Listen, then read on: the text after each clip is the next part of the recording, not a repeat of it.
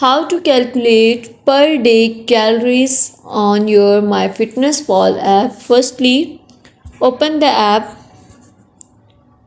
You can see here different options like the dashboard, diary. You have to click on the diary here.